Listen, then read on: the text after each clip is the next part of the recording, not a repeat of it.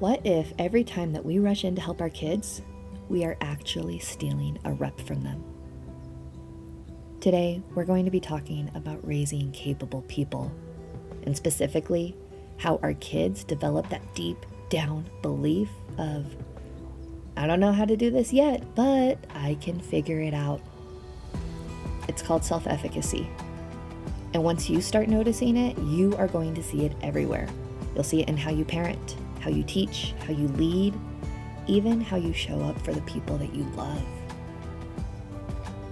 My name's Tiffany Chacon, and I am an early childhood educator, a parent, a community builder, and a lifelong believer that the way that we care for the people around us matters.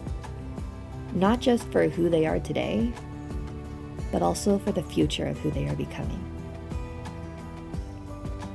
Here on Nature to Nurture, we talk about what it actually looks like to raise and care for and live right alongside humans who are connected and capable and fully alive. And today, we're going to be getting into when to help, when to step back, and when to let somebody screw it up. And maybe the hardest part, what we have to manage inside of ourselves in order to actually let them try. A few weeks ago, we were at Home Depot, my daughter and my son and my daughter spilled her red cherry icy. It went everywhere. And immediately she looked at me with giant eyes like, oh, what do I do now? Mom, come and take care of it. She wanted me to go and find somebody. She wanted me to tell them what had happened, and she wanted me to figure out what needed to be done. And let's be honest right there, I could have done that. Honestly, it would have been faster.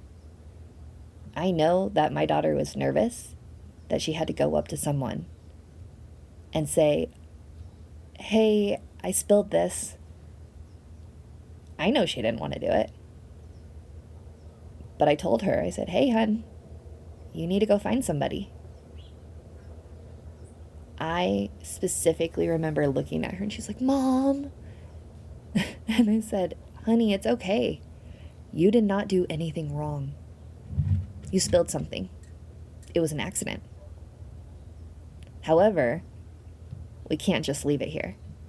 Somebody could slip and get hurt. It could get sticky and make a really bad mess. We need to take care of our mess. So, off she went to go and find an employee. And I was right behind her, probably about 3 steps behind, letting her take each step slowly, looking back slowly. But I didn't do it for her. I'm sharing this story because this is something that comes up in our family all the time. My husband and I, we have said something to our kids for years. We are raising you to be good, capable people. Now, when we say capable, we mean capable. We want our kids to know how to work and how to cook. We want them to know how to take care of their home and their property, how to build things and fix things, how to change a tire, how to drive, how to manage money and pay bills. And someday, we do want them to know how to deal with a frustrated client and how to handle an emergency.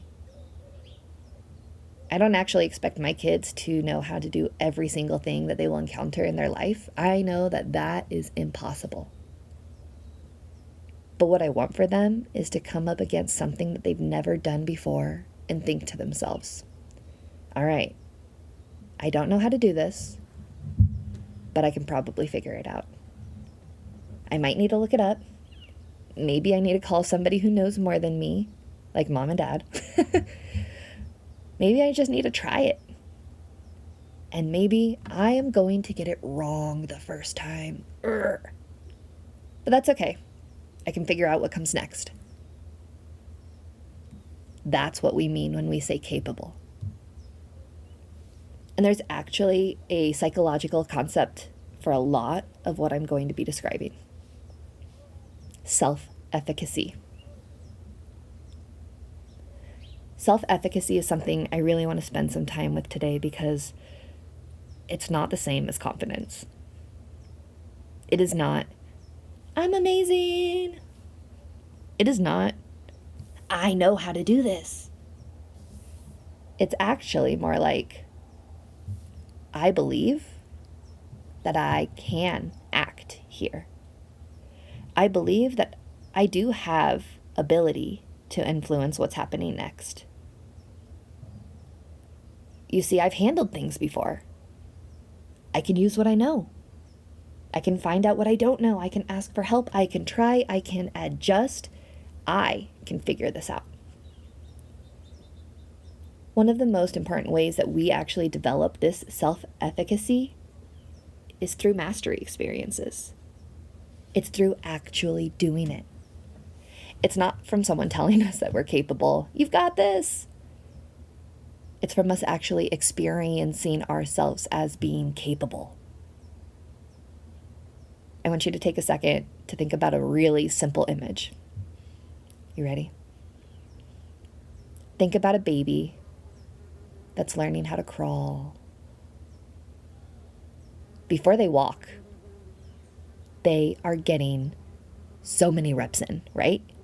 I mean, they reach and they rock and they crawl. They put themselves up on the couch and then they fall.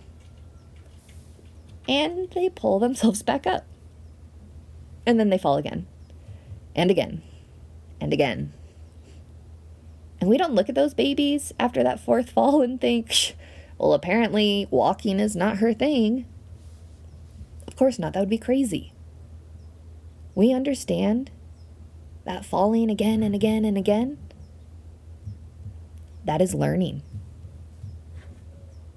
The falling isn't separate from learning to walk. It's part of learning to walk. And when I think about mastery, or purposeful practice, deliberate practice, all of these ways that we develop competency, I keep on coming back to something incredibly simple. We need reps. You learn how to make decisions by making decisions. You learn how to solve problems by solving problems. And you learn how to talk to people by talking to people. Managing responsibility happens by actually being responsible for something. Recovering from your mistakes only happens by making mistakes and participating in the afterwards. Slowly, you start to accumulate evidence. I did that too. I figured that out. I didn't know what to do, but I found someone who did. Man, I screwed that one up. And then I fixed it. Shh, I was nervous to go up there, but I handled it anyway. You see, I've done hard things before. I can probably figure this one out too. Now that is self-efficacy. It's not me telling my kids that they're capable. It's them having enough experience that they know it. And that's where this gets uncomfortable for parents. I know. Because you see, if our kids need the experience, then they have to get in that rep. I cannot practice capability for my kids. And every time that I take that rep for them, they don't get to. Now, that doesn't mean that every single moment is a teaching opportunity, although maybe they are. But really, you don't have to put that on you. I get it. Sometimes we are late. Sometimes everybody's just exhausted. And sometimes I just need to do the dang thing because I do not have the time. Obviously, there are things children are not developmentally ready to carry. But I think it's worth noticing how often we step in simply because we're better at it. We're faster. We know the answer. We don't want to make a mess. We don't want to wait 15 minutes for something that we could have done in 30 seconds. Anybody currently learning how to tie shoes with their children? Or put on snow gear? I guess that's a few more months to come. Sometimes we just don't want to watch them struggle. But there's something important to this. I don't think that the answer is to just push your kids to do more hard things. I've gotten that wrong too. I've tried that. And that is not what I want to do. I can remember being at a Christmas pasado, like a little Christmas party. There was a piñata. And my son, he was 11. I think he was 11. Maybe 12. Maybe 10. Sorry. 11 or 10. Anyways. He was standing in line to hit the piñata. But you see, he was one of those older kids, right? And so he was in the back of the line. And I was watching him. He was going back and forth about whether or not he actually wanted to hit the piñata. He kind of wanted to, because, I mean, who doesn't want to hit the piñata and get the candy? But he also kind of didn't. You see, he was standing back and wasn't jumping in line or jumping to get the stick or pushing to have his turn. I could see that something was going on with him. Maybe he was nervous. I wasn't sure. But I thought I knew exactly what he wanted, right? He needed a little encouragement because he wants to hit that piñata. There were a lot of people there. He just needed me to build him up a little bit, right? He needed me to make sure that he got his turn. He wanted me to help him to make sure that he could do something that he really wanted to do. He was nervous and just needed that final push. That's what I kept on telling myself in my head. Everybody had almost had all their turns, and we were ready to go back for one more turn where everyone, gets their second turn. And I decided to push and say, hey, wait, he didn't get a turn yet. He didn't speak up. He didn't say he wanted a turn. I spoke up for him. And do you know what happened? He broke down crying. He looked at me. He cried. He got upset. He walked away. I was lost. I was confused. I didn't know what happened. My husband did. He'd been watching. He said, "Hun, he doesn't want to hit the piñata. He's a big kid. He's trying to figure out if he wants to be that big kid or not. Like, this is him making his choice, making his decision." I was so hurt. I was so embarrassed. Oh my gosh. I got it wrong. You see, I thought I was supporting him. I believed in him. I knew he was capable of going up there and hitting that piñata and breaking the piñata and getting all the candy. I was excited for him. I was already decided on what he wanted to do. But Adrian, he was figuring out what he wanted to do. And I didn't give him the room to do that. I've thought about that moment a lot. It's replayed in my head so many times. And it's really different. I want to clarify that. It's really different from what happened at Home Depot. You see, at Home Depot, when my daughter spilled that drink, there was a responsibility.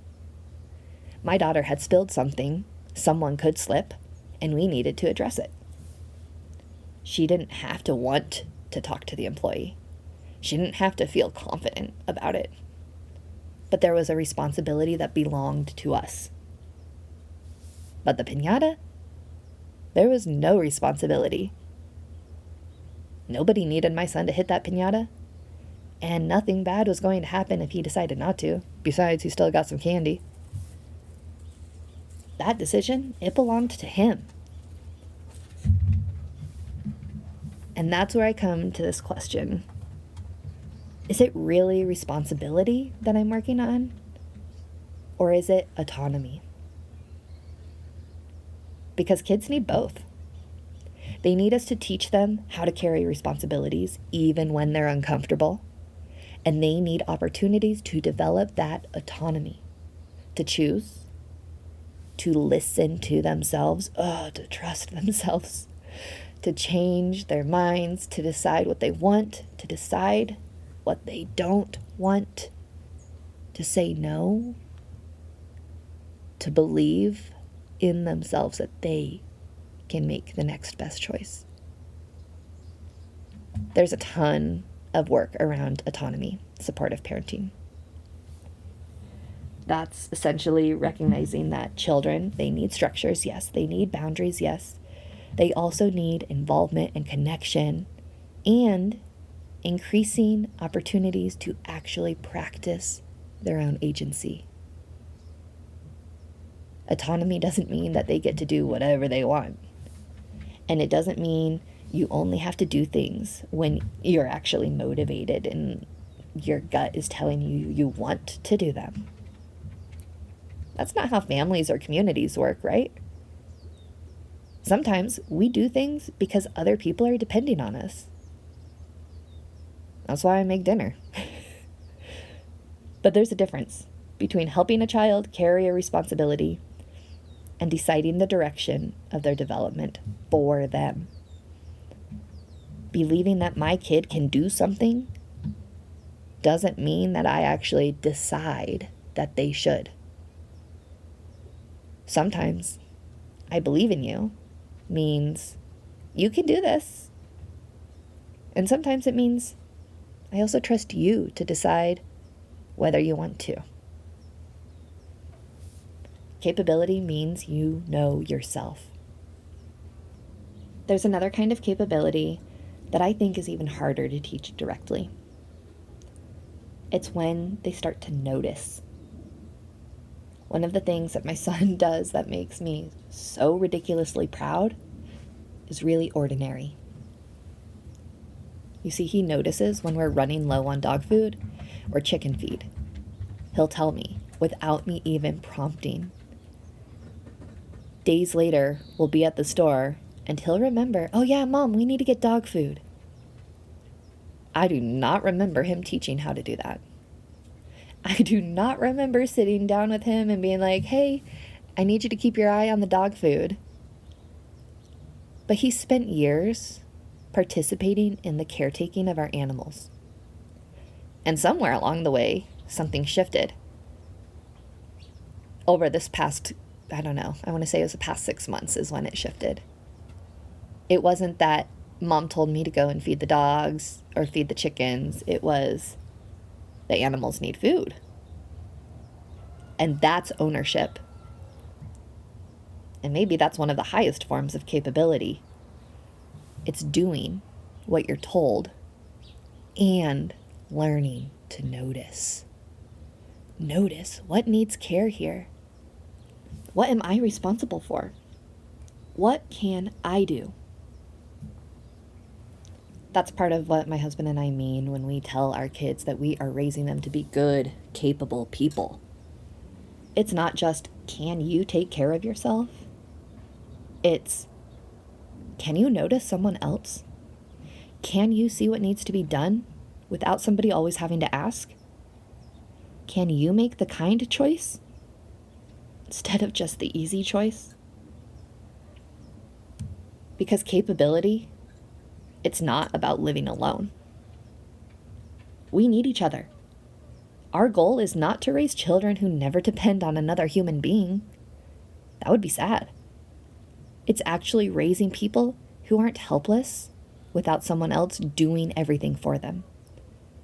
It's people who can carry themselves and also know when they need help and know how to seek it.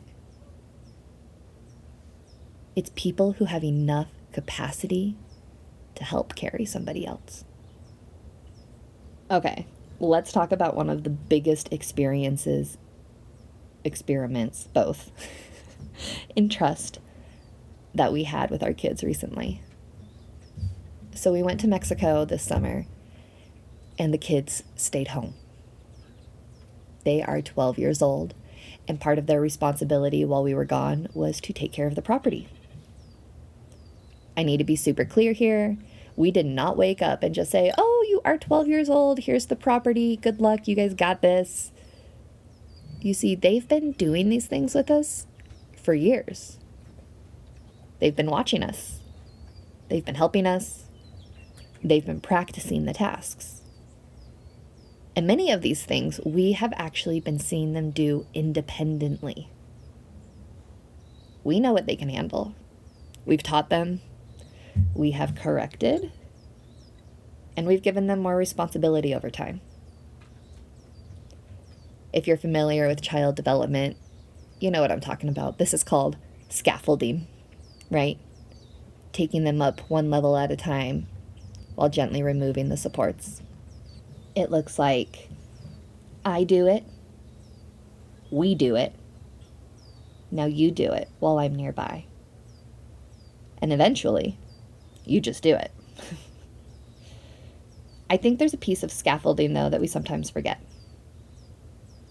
You see, the scaffold is supposed to come down.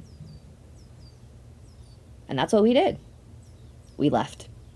We went to Mexico. And halfway through the trip, the kids called us and they told us the water wasn't turning on. We are in the middle of a pretty big drought. We don't have a ton of rain coming through our area. And so just a few days without the irrigation water can kill the plants, can kill the grass, can kill everything. And that's what happened. They said, the water's not turning on. We don't know what's going on. Oh, we knew immediately what had happened. We knew because it's happened before with them. And we knew it was a possibility as well, right? Something had happened with that pump. There was too much pressure or something hadn't been opened correctly. We had gone over this with them and they knew. And I actually know now that they knew what happened because they told me just a few weeks ago that they knew exactly what had happened. And when we got home, sure enough, the pipes had busted. Why? Because the pressure had built up. Now, we could have looked at that, my husband and I, and we could have said, see, you guys are not ready. We shouldn't have trusted you. We'll have to take care of this from now on. We could have said that, right? I mean, it makes sense. It was not cheap to go ahead and fix that whole freaking pump, but their mistake, it didn't mean that trusting them was a mistake. Let me say that again. I want to make sure you heard that. Their mistake did not mean that trusting them was a mistake. We went to Home Depot after that, and we got the parts. We came home, and we fixed it together. And now, they know more than they knew before. They know a little bit deeper what happens when the pressure builds up in that system. And they understand why we have told them repeatedly to open it first. They've seen what fails. And then they've handled the parts. They had to help us figure out which parts to get. They were right alongside us, helping us to repair the whole entire pump. And if that irrigation system breaks again, which will probably happen next year, they know how to fix it. Or at least they know more about how to fix it than they did before it got broken. That's responsibility. Mistake, consequence, repair, and more capability. I keep on wondering how often do we actually interrupt that process, that mistake? They got something wrong, something breaks, they forgot, they screw it up, and we swoop in and save the day. I'll do it for you. Maybe we solve the immediate problem. But we forget. Repair? That's a rep too. Repair is a skill. Trust doesn't mean believing that our children won't get it wrong, because they probably will. Trust means believing that getting it wrong won't be the end of the story.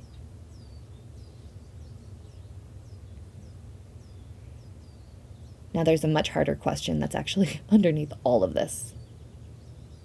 I get it. Sometimes what breaks is a pipe, right? But sometimes a child gets hurt. I want to talk to you about when my daughter was about 7 years old and she was cooking. We'd been cooking with her for a long time. On this day, she decided she wanted to make some macaroni and cheese. So she was making the macaroni and cheese. She had a stool by the stove and she wanted to drain the noodles. This was the first time she had gone to drain the noodles independently. She didn't ask me. I did not know that she was draining the noodles right at that minute. So she grabbed the pot and the boiling water spilled all down her leg, onto her foot, into her tennis shoe. I can't even explain to you how that felt, what was going on. We took her shoe off and her skin was falling off. We put it under cold water. We rushed her to the emergency room and it turns out she had 2nd-degree burns. Just going back, I feel it. Like, that was scary, right? That was hard. I did not know what was going to happen. It just happened to be exactly 1 year after my son had gone to the emergency room for a horrible dog bite. So all that going through me, right? And it was scary. And there was a lot of recovery after that. My daughter had to do physical therapy. This is a real story, right? And I'm not telling you that this story because I think that burns are a part of learning. You see, our job is to protect our children from dangers that they are not developmentally capable of managing. There's a very important distinction in child development research that comes around risk and hazard. Children need opportunities to learn how to assess and manage appropriate risks, like jumping off a rock. That doesn't mean that we are going to expose them to hazards, right? To things that are dangerous, that they can't reasonably recognize and navigate. No. We need to teach, we need to assess, we need to supervise, we need to scaffold, and as parents or caregivers, we need to make those judgment calls. And sometimes, even through all of that, something goes wrong. What I remember about that macaroni and cheese boiling water all over her leg isn't that we were angry at her. And we did not spend the days later telling ourselves, we should never let her cook. No. We took care of her. We learned from what had happened, and she learned. And guess what? She's cooking again. She loves to cook. She is an amazing cook. It's one of her favorite things to do. And guess what? She knows how to drain noodles. That accident, it became part of her knowledge. It didn't become the definition of her capability. I think that's really important because sometimes after something goes wrong or fear wants to make someone's world smaller, we stop. No more cooking, no more climbing, no more going alone, no more responsibility. Sometimes that is completely appropriate. That is an okay response. We learn something about the risk or about what the child is ready for, and we change course. But sometimes protection is prevention. And sometimes protection is actually just being there for what happens next. Helping them to recover, helping them to understand, helping them to develop the skill they were missing, and eventually letting them try again.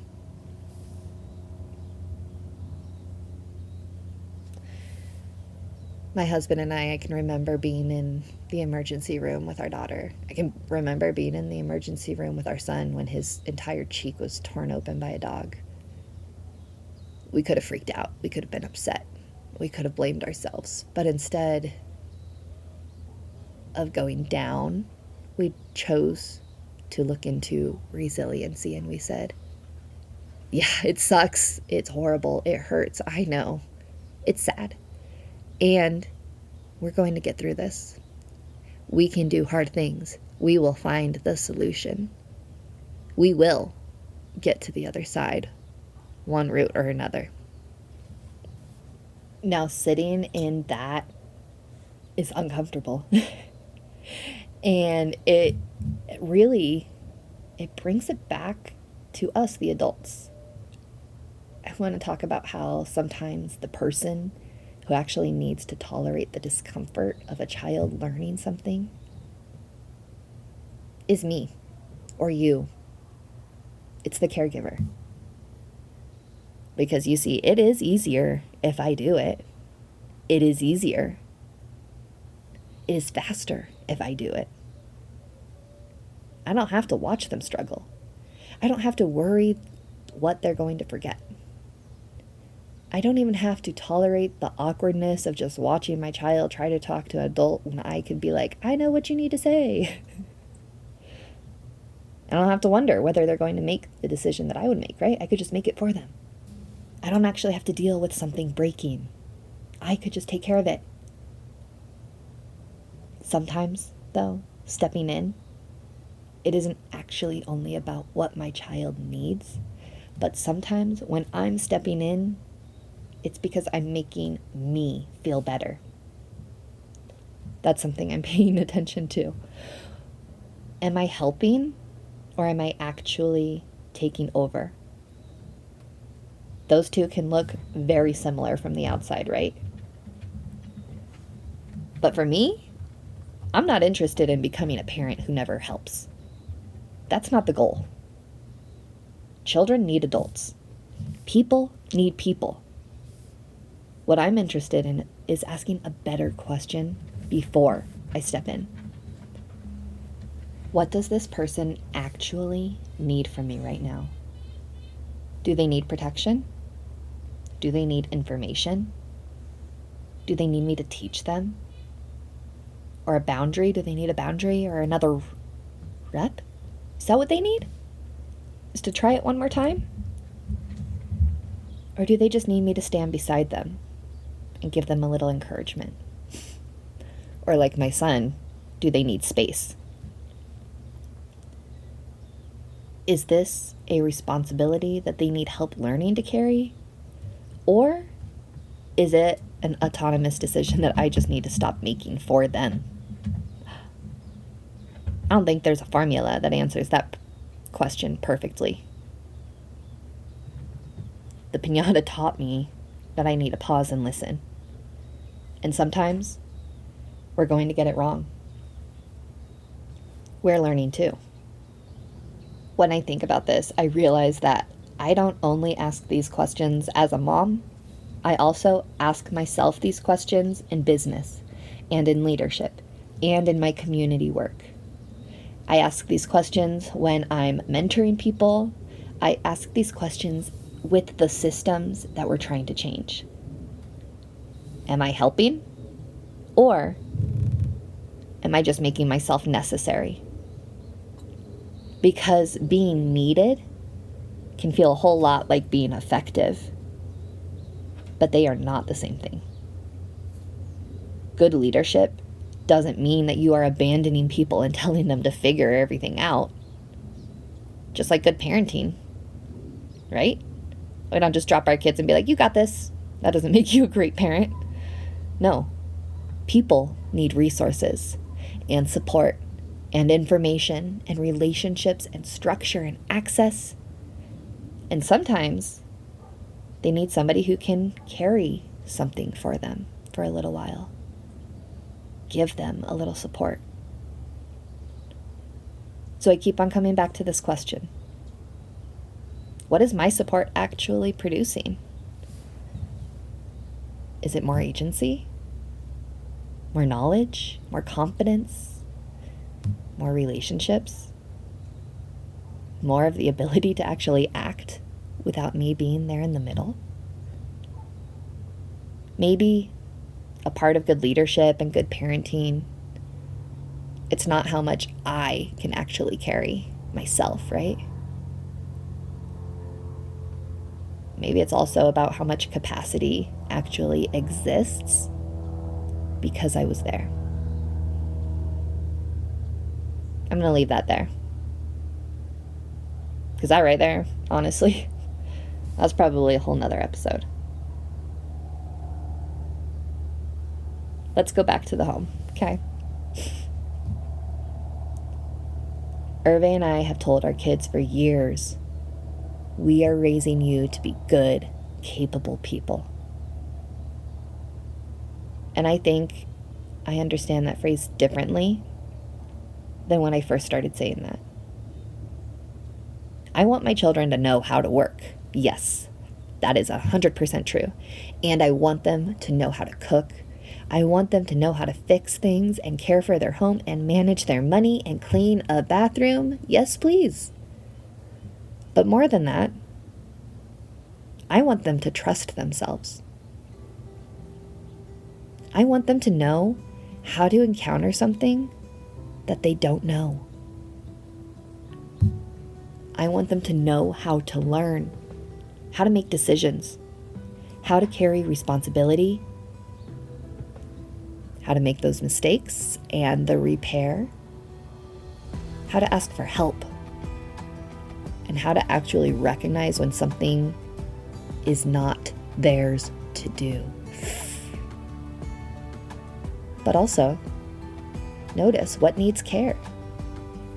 How can you serve somebody else? How can you make the kind choice when the easy choice would be so much easier? I cannot give them that. I cannot give them self-efficacy. I can tell them that I believe in them, and I can protect them, and I can teach them, and I can practice whatever it is right beside them. I can help create opportunities, and I can stand nearby. I can help them to do the repair. But eventually, they need their own experiences that allow them to look and say, I did that. I figured that out. Look at me. I handled that. And you know what? I can handle what comes next. Maybe there's someone in your life right now who is capable of far more than you've given them the opportunity to discover. Maybe it's your own child. Maybe it's someone you work with, or somebody that you lead. Or maybe it's you. I want to leave you with just one more question. What would you have to tolerate in yourself to give them that chance to find out?